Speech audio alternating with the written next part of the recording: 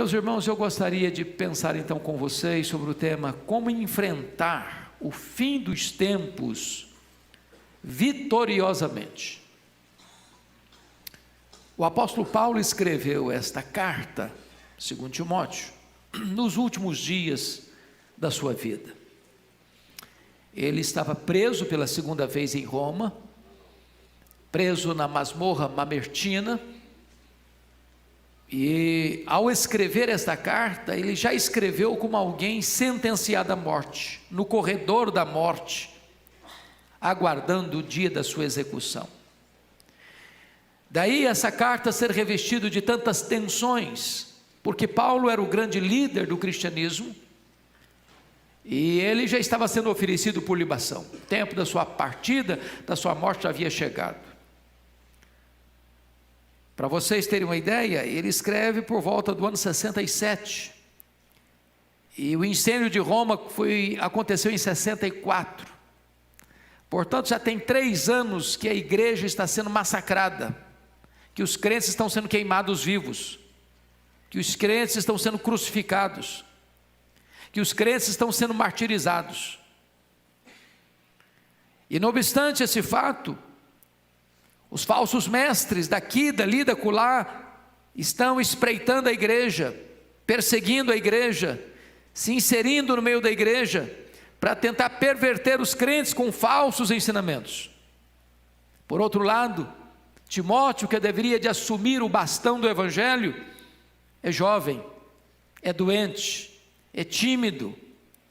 E Paulo escreve para este jovem, para reanimá-lo, para fortalecê-lo, para encorajá-lo.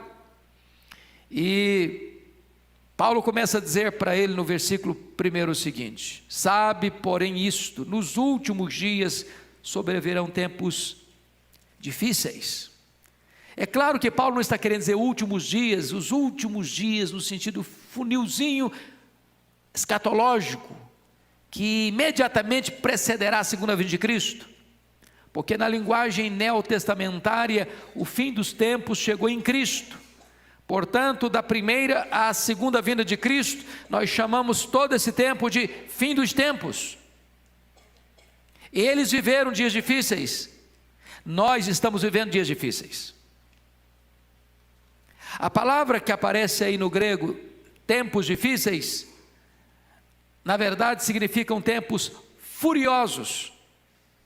É a mesma palavra que Mateus emprega no capítulo 8, para descrever aqueles 2 endemoniados de Gadara que estavam furiosos.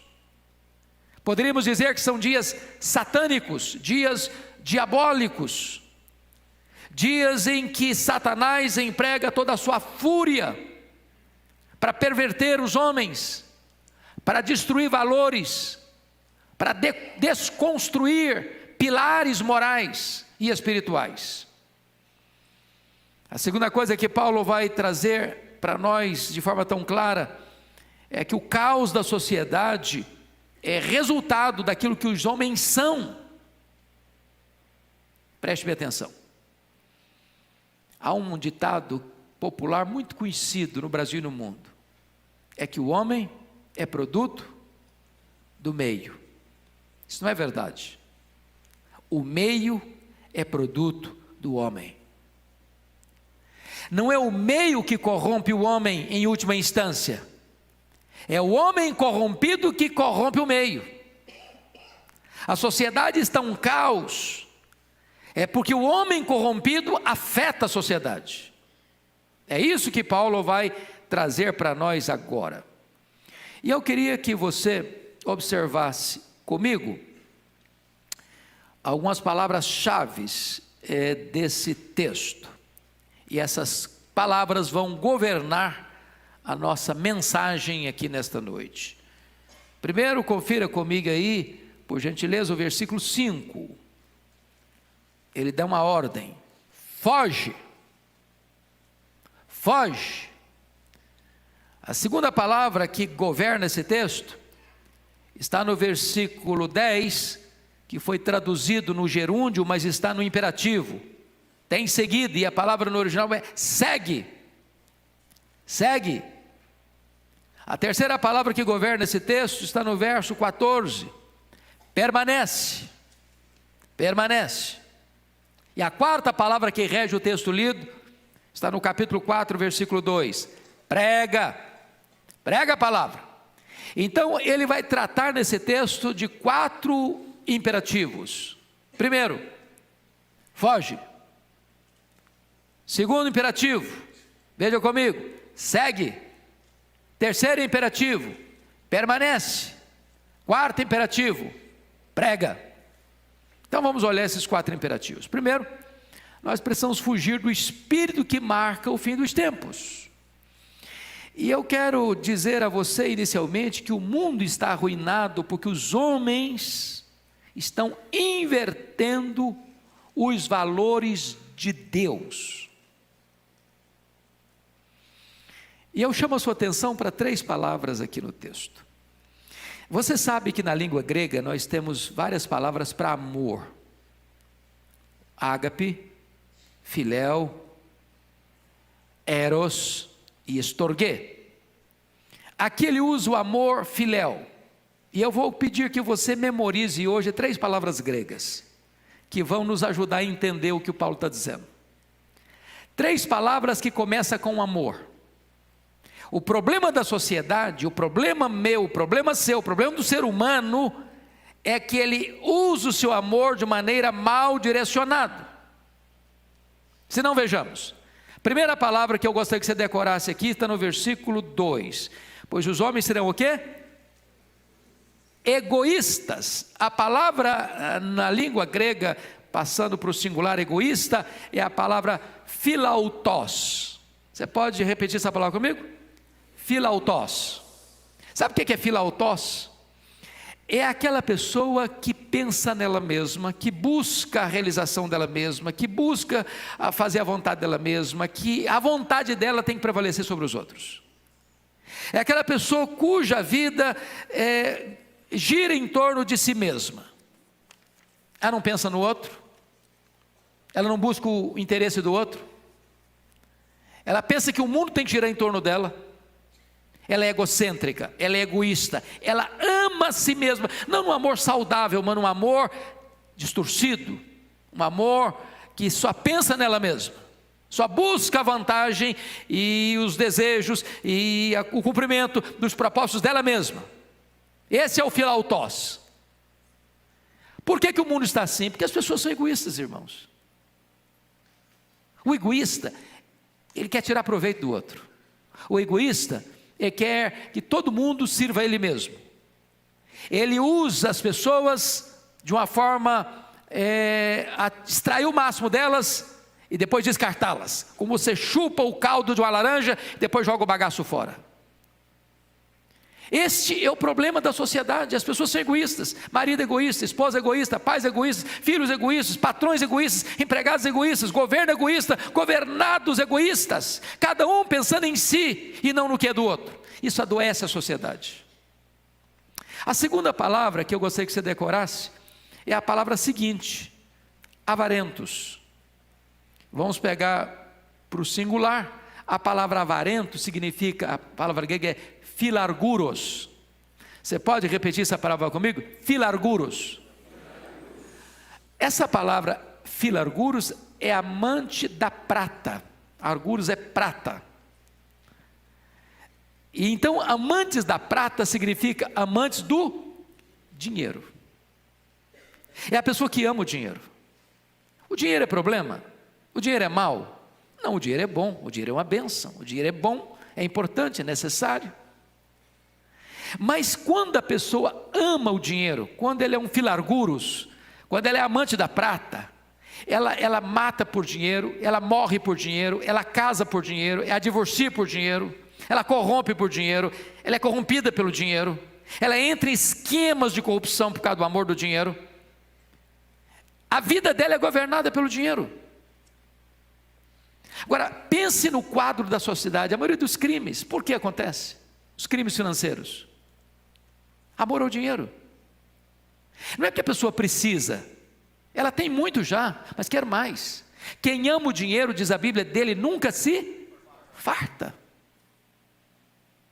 As pessoas que estão saqueando hoje os cofres públicos, as pessoas que estão hoje corrompendo o sistema econômico brasileiro, as pessoas que hoje estão sendo denunciadas nos grandes escândalos financeiros da nação, não são pessoas pobres, que precisam de uma miserável moeda para sobreviver. Elas têm muito, elas têm demais, mas elas querem mais. Não querem o que é lícito, elas querem o que é ilegítimo, elas querem o que é do outro, elas corrompem, roubam o pouco que o outro tem, porque ela quer ter mais. Esse é o filarguros, esse é o amante do dinheiro. E quem ama o dinheiro, atormenta a si mesmo com muitos flagelos. Quem ama o dinheiro, entra num caminho de cilada, e atormenta a sua alma com muitos males, e se perde nesse caminho.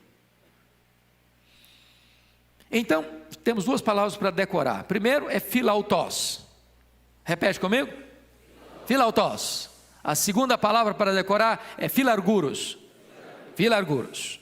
Mas tem uma terceira palavra, que é o amor mal direcionado. São as três palavras que ele usa nesse texto, que governam, de certa forma, toda essa lista de pecados. Confira comigo lá no versículo 5. Aliás, versículo 4. Está no finalzinho lá. Mais amigos dos prazeres do que amigos de Deus. A palavra amigos dos prazeres é filedonos. Filedonos, repete essa palavra. Filedonos. Filedonos. Então note comigo que o problema do ser humano corrompido é que ele ama a si mesmo, ele ama o dinheiro e ele ama mais o quê? O prazer. Agora, se você tiver que categorizar os três maiores problemas do homem, nós diremos que o problema do homem é poder, sexo e dinheiro. Estão aqui.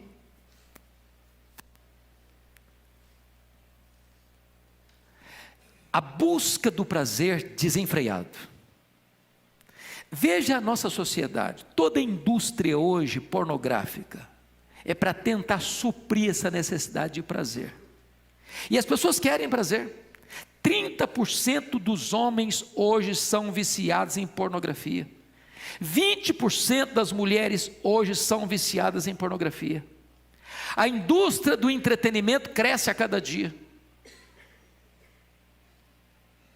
Está se empanturrando o ser humano de prazeres. Nós vivemos uma sociedade hedonista, cuja filosofia é: comamos e bebamos, porque amanhã morreremos. Vamos aproveitar a vida, vamos aproveitar a vida.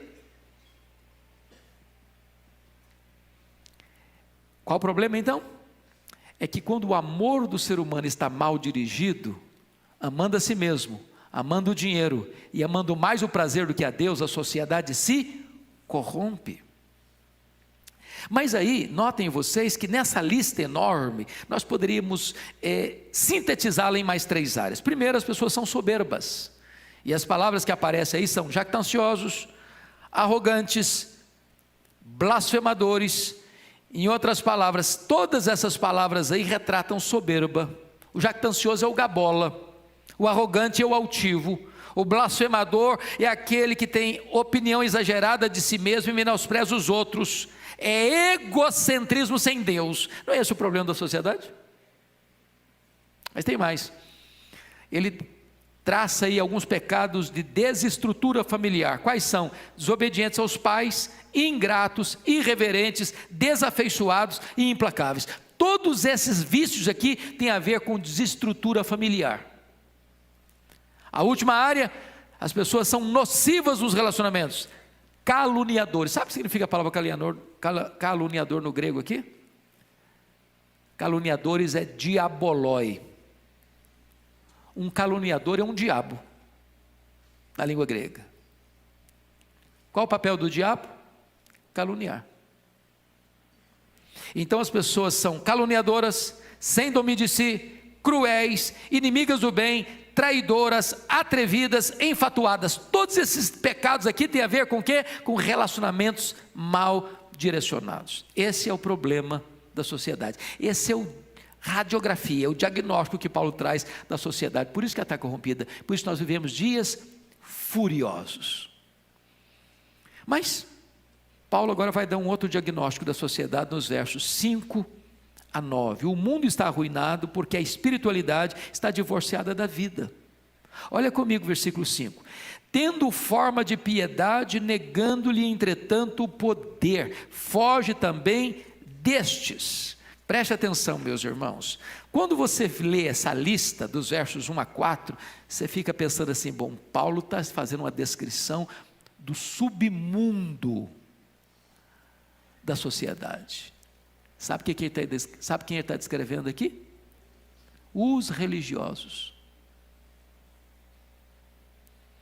Sabe quando a religiosidade se corrompe? Quando as pessoas mantêm a forma, mantêm a aparência. Quando as pessoas desenvolvem uma espiritualidade cênica, de palco, de performance, onde elas parecem piedosas, elas se apresentam como piedosas, elas têm fachada de piedade, elas têm discurso de piedade, elas se vestem como piedosos, mas lá no íntimo, não tem nada disso, é apenas fachada, é apenas máscara, é apenas propaganda. O que Paulo está dizendo é que o grande problema da sociedade é que aqueles que se dizem cristãos, parecem que são, mas de fato não são. E quando você nota aí, Paulo diz assim para Timóteo: Timóteo, foge desses, que só tem aparência, que só tem casca, que só tem verniz, que só fazem propaganda, mas que não tem de fato uma vida íntegra, real, concreta, piedosa, para exaltar e glorificar a Deus.